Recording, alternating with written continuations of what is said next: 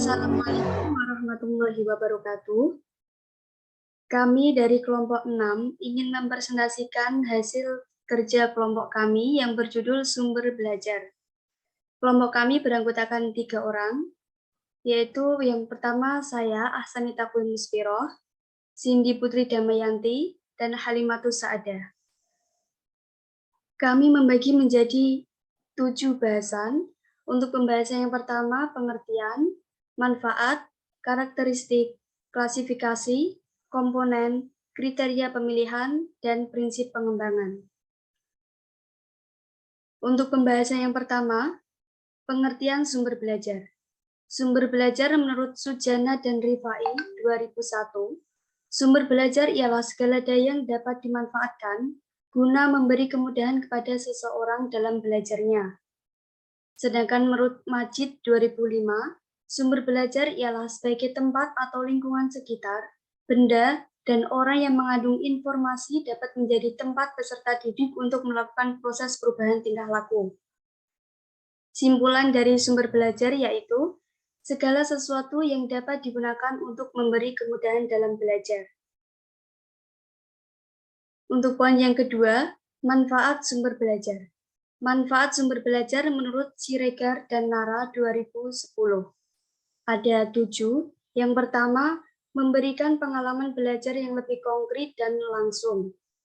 Misalnya pergi berdharma wisata ke pabrik atau ke pelabuhan dan lainnya. Yang kedua, dapat menyediakan sesuatu yang tidak mungkin diadakan, dikunjungi atau dilihat secara langsung. Misalnya denah, foto, film, model, dan lainnya. Yang ketiga, menambah dan memperluas cakrawala sains yang ada di dalam kelas. Misalnya, buku teks, foto, film, narasumber, dan lainnya. Yang keempat, memberi informasi akurat dan terbaru. Misalnya dari buku teks, buku bacaan, majalah, dan lainnya. Yang kelima, membantu memecahkan masalah pendidikan, baik dalam lingkup makro maupun mikro. Misalnya penggunaan modul, simulasi, pengaturan lingkungan yang menarik, atau penggunaan infokus dan film. Dan yang keenam, memberikan motivasi positif bila diatur dan dirangsang secara tepat. Dan yang ketujuh, merangsang untuk berpikir kritis, bersifat lebih positif, dan berkembang lebih jauh. Untuk yang poin yang ketiga, karakteristik sumber belajar. Karakteristik sumber belajar menurut Rohani 1997. Dibagi menjadi 4. Yang pertama, sumber belajar harus mampu memberikan kekuatan dalam proses belajar mengajar, sehingga tujuan instruksional dapat tercapai secara maksimal. Yang kedua, sumber belajar harus memiliki nilai-nilai instruksional edukatif.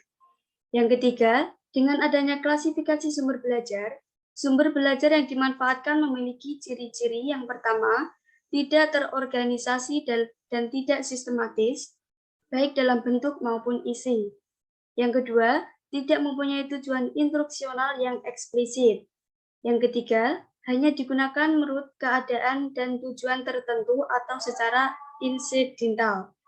Yang keempat, dapat digunakan untuk berbagai tujuan instruksional. Untuk yang terakhir, mempunyai ciri-ciri yang spesifik sesuai dengan media yang tersedia. Untuk selanjutnya, bisa dilanjutkan oleh teman saya. Baik, di sini saya akan melanjutkan mengenai klasifikasi sumber belajar. Klasifikasi sumber belajar menurut Association for Educational Communication and Technology pada tahun 1986 dapat dikelompokkan atas 6 jenis, yaitu message atau pesan, people atau orang, materials bahan, device alat, teknik, cue teknik, dan latar atau lingkungan. Yang pertama di sini ada pesan, yaitu informasi atau ajaran yang diteruskan oleh komponen lain dalam bentuk gagasan, fakta arti, dan data. Termasuk dalam kelompok pesan adalah semua bidang studi atau mata kuliah atau bahan pengajaran yang diajarkan kepada peserta didik dan sebagainya. Yang kedua ada orang, yakni manusia yang bertindak sebagai penyimpan, pengolah, dan penyaji pesan. Termasuk kelompok ini misalnya guru atau dosen, tutor, peserta didik, dan sebagainya. Yang ketiga ada bahan, yaitu perangkat lunak yang mengandung pesan untuk disajikan melalui penggunaan alat atau perangkat keras ataupun oleh dirinya sendiri. Berbagai program media termasuk kategori material seperti transportasi, slide, film, audio, video, modul, majalah, buku, dan sebagainya. Yang keempat ada alat, yakni sesuatu atau perangkat keras yang digunakan untuk menyampaikan pesan yang tersimpan dalam bahan, misalnya overhead projector, slide, video recorder, pesawat radio atau TV, dan sebagainya. Yang kelima yaitu teknik, yaitu prosedur atau acuan yang dipersiapkan untuk penggunaan bahan, peralatan, orang, lingkungan untuk menyampaikan pesan. Misalnya, pengajaran berprogram atau modul, simulasi, demonstrasi, tanya jawab, dan sebagainya. Yang keenam ada setting, yaitu situasi atau suasana sekitar di mana pesan disampaikan, baik lingkungan fisik, ruang kelas, gedung sekolah, perpustakaan, laboratorium, taman, lapangan, dan sebagainya. Juga lingkungan misalnya suasana belajar itu sendiri, tenang, ramai, lelah, dan sebagainya. Lanjut, Mbak. Yang selanjutnya yaitu ada komponen sumber belajar. Komponen sumber belajar menurut Sujana pada tahun 2007 ada 4. Yang pertama mengenai tujuan, misi, dan fungsi sumber belajar. Di sini setiap sumber belajar memiliki tujuan dan misi, hingga fungsi mengapa sumber belajar tersebut digunakan dan diterapkan dalam pembelajaran. Sumber belajar itu sendiri juga memiliki tujuan lain selain mendukung pencapaian sumber belajar. Misalnya saja museum yang digunakan untuk sumber belajar. Tentunya tersebut tujuan museum bukan hanya untuk sumber belajar, namun juga untuk menyimpan benda peninggalan sejarah dan tujuan-tujuan lainnya. Yang kedua ada bentuk format atau keadaan fisik sumber belajar. Sumber belajar tidak selalu berbentuk buku atau bentuk cetakan lain. Narasumber atau bangunan misalnya juga dapat digunakan sebagai sumber belajar dengan bentuk atau keadaan fisik yang berbeda. Yang ketiga ada pesan yang dibawa oleh sumber belajar. Setiap sumber belajar juga memiliki pesan dan maksud masing-masing. Pesan dan makna hingga tersebut tidak selalu terurai secara eksplisit atau gamblang. Terkadang diperlukan analisis baik oleh pengajar maupun peserta didik untuk memahami apa pesan dan makna dari sumber belajar yang digunakan. Pesan dan makna yang terkandung juga bukan selalu tentang materi dan aspek kognitif, namun juga bisa mengandung pesan moral dan sosial dan hal-hal lain. Yang terakhir yaitu tingkat kesulitan atau kompleksitas pemakaian sumber belajar.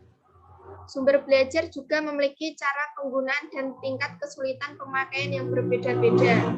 Buku dan sumber cetak mungkin menjadi sumber paling mudah digunakan karena materi pembelajaran sudah terurai dengan jelas. Namun sumber belajar lain mungkin lebih sulit dalam menggunakan dan bahkan memerlukan bantuan media atau sumber belajar lain untuk menggunakan. Komponen sumber belajar ini terkait juga dengan kemudahan dalam mencari dan mendapatkan sumber belajar yang digunakan tersebut. Lanjut, Mbak.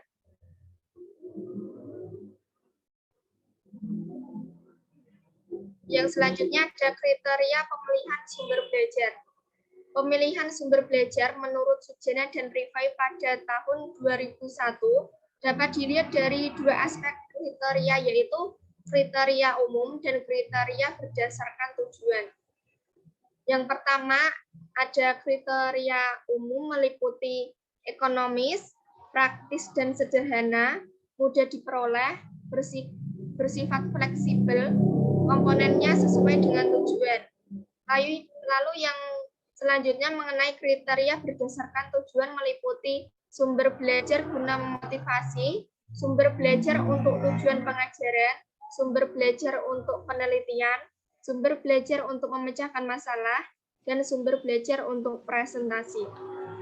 Yang selanjutnya bisa dilanjutkan oleh Mbak Ima.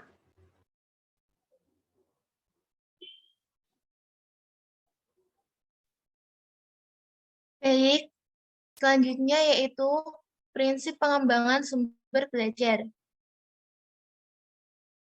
Menurut Sitepu, pada tahun 2014, prinsip pengembangan sumber belajar mencakup dasar pengembangan, komponen pengembangan, dan tujuan pengembangan. Nah, yang pertama yaitu mengenai dasar pengembangan. Yang pertama, perkembangan ilmu pengetahuan. Pada perkembangan ilmu pengetahuan, teknologi begitu cepat sehingga bahan pelajaran yang ada dalam buku atau teks pelajaran tidak mengikuti pada waktu yang bersamaan. Yang kedua yaitu waktu. Waktu yang tersedia untuk belajar secara tatap muka antara pelajar dengan pengajar terbatas dan tidak cukup untuk mencakup semua pokok pembahasan secara tuntas, sehingga tidak mencapai kompetensi yang ditetapkan. Yang ketiga yaitu gaya bahasa. Untuk masing-masing pengajar memiliki mohon maaf. Yang ketiga yaitu gaya belajar. Untuk masing-masing pengajar memiliki gaya belajar yang berbeda-beda dan tidak mungkin dipenuhi semuanya di dalam kelas. Yang keempat yaitu pelatihan dalam menggunakan informasi. Pengajar perlu mendapat pelatihan dalam mencari, menemukan, mengolah, dan juga menggunakan informasi secara mandiri. Yang kelima yaitu memanfaatkan sumber belajar yang ada. Pada sumber belajar yang ada perlu dimanfaatkan secara terintegrasi dan optimal dengan proses pembelajaran di kelas, sehingga pembelajaran di kelas menjadi efektif dan efisien. Untuk pusat sumber belajar dapat dijadikan sebagai penggerak dalam mengatasi berbagai masalah belajar dan membelajarkan dengan cara-cara yang kreatif dan inovatif. Selanjutnya yaitu komponen sumber belajar yang perlu dikembangkan dapat dikategorikan ke dalam. Yang pertama yaitu pesan. Pesan merupakan gagasan atau materi bahan pelajaran yang harus dipelajari pengajar untuk memperoleh kemampuan tertentu sehingga tujuan belajar tercapai dengan baik. Hal-hal yang diperhatikan dalam pengembangan pesan yaitu dari jenis isi pesan yang mencakup semua mata pelajaran yang perlu pengajar dan pelajar di lembaga pendidikan. Yang kedua yaitu jenis pesan mencakup semua kemampuan dan keterampilan. Yang ketiga, isi pesan yang bervariasi. Yang keempat, isi pesan yang bersifat mutakhir atau akurat. Dan yang terakhir yaitu penyajian pesan yang menarik dan memotivasi untuk belajar lebih baik. Yang kedua yaitu orang. Dalam sistem belajar, pengajar dianggap sebagai sumber belajar utama pada proses pembelajaran, karena ia memiliki lebih banyak pengetahuan dan keterampilan daripada pelajar. Akan tetapi, pengajar juga memiliki kemampuan yang terbatas dalam memberikan informasi yang diperlukan pelajar dalam membangun pengetahuan dan keterampilannya.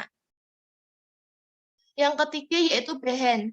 Bahan belajar meliputi media cetak dan non-cetak atau elektronik yang mengandung informasi serta dapat membantu pengajar mencapai tujuan belajar. Yang keempat yaitu alat. Alat yang digunakan sebagai sumber belajar termasuk juga dengan alat praktek di laboratorium, serta alat peraga yang dipergunakan menjelaskan pokok bahasan. Alat-alat untuk belajar ini dapat dibuat sendiri oleh pengajar atau pelajar. Selanjutnya yaitu prosedur. Prosedur ini mencakup pendekatan, strategi, metode, dan juga teknik belajar. Prosedur dikategorikan sebagai sumber belajar karena pesan atau bahan belajar yang dipelajari akan dapat dipahami oleh pengajar jikalau disampaikan melalui prosedur yang tepat. Prosedur yang tepat memudahkan pengajar memahami pesan dan memotivasinya ke dalam pembelajaran. Oleh karena itu, dalam mengembangkan dan menerapkan pendekatan strategi dan juga metode belajar, harus mengacu pada tujuan pembelajaran sesuai dengan karakteristik bahan pembelajaran agar memudahkan pengajar memahami bahan pembelajaran tersebut. Selanjutnya yaitu lingkungan. Lingkungan merupakan keadaan atau fenomena di sekitar pengajar atau tempat belajar yang dapat dijadikan informasi tentang sesuatu yang dipelajari. Lingkungan dapat dibagi menjadi lingkungan sosial dan lingkungan alam. Lingkungan sosial ini berkaitan dengan tempat dan kegiatan masyarakat, sedangkan lingkungan alam yakni mencakup alam secara keseluruhan termasuk fauna, flora, air, tanah, dan juga udara. Dan yang terakhir yaitu pengelolaan. Dalam pengembangan sumber belajar di lembaga pendidikan diperlukan pengelolaan dengan ciri khusus, sehingga tujuan pengembangan sumber belajar dapat tercapai. Tujuan utama pengelolaan sumber belajar ialah memberikan pelayanan kepada pelajar dan pengajar sehingga memudahkan mereka melaksanakan tugasnya. Pembelajar terbantu melakukan kegiatan belajar dan memperoleh kemampuan yang dikehendaki, sehingga pembelajar dapat merancang dan melaksanakan desain pembelajaran dengan berbagai aneka sumber belajar. Lanjut, Mbak. Selanjutnya yaitu tujuan dalam pengembangan.